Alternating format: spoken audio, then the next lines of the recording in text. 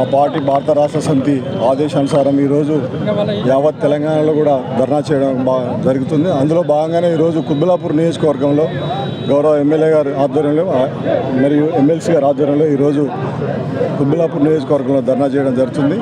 వాస్తవంగా చెప్పాలంటే భారతీయ జనతా పార్టీ అన్యాయంగా అక్రమంగా మా కవితక్కను అరెస్ట్ చేయడం జరిగింది. మరి సుప్రీంకోర్టు కూడా అరెస్ట్ చేయదని న్యాయస్థానం చెప్పినా కూడా ఇవాళ అరెస్ట్ చేయడం అనేది చాలా విచారకరం.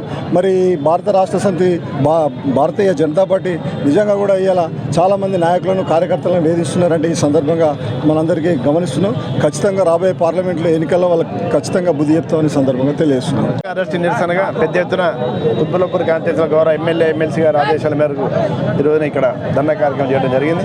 ఈ యొక్క అక్రమ అరెస్ట్ను మేము తీవ్రంగా ఖండిస్తూ కార్యకర్తలు అందరం కూడా వారి సంఘీభావంగా ఈ రోజున మేము ఇక్కడ ధర్నా కార్యక్రమం చేస్తున్నాం. తప్పకుండా ఇలాంటి శక్తులను అడ్డుకుంటాం. భవిష్యత్తులో ఇలాంటి కార్యకర్తల మీద కానీ నాయకుల మీద కానీ మీరు చేసే వాటికి రేపు ఓటుతోని మీకు గుణపాఠం నేర్పుతామని చెప్పి సందర్భం మనం చేసుకుంటూ తప్పకుండా ఇక్కడ ఈ యొక్క ధర్నా కార్యక్రమాలు ప్రతి ఒక్కరు నా హృదయపూర్వక ధన్యవాదాలు మేరకు షాపూర్ నగర్ చౌరస్తాలో ధర్నా నిర్వహించడం జరుగుతూ ఉంది. అదేవిధంగా మరి కవితక్కను అక్రమ అరెస్టుకు నిరసనగా మేము కార్యకర్తలను భయభ్రాంతులకు గురి చేసేందుకే మరి నిన్న సాయంత్రం కవితక్కను అరెస్ట్ చేయడం జరిగింది. ఇలాంటి కేసులకు టీఆర్ఎస్ పార్టీ ఏం కొత్త కాదు, భయపడము, ఇలాంటి న్యాయపరంగానే ఎదుర్కొంటామని తెలియజేస్తాము.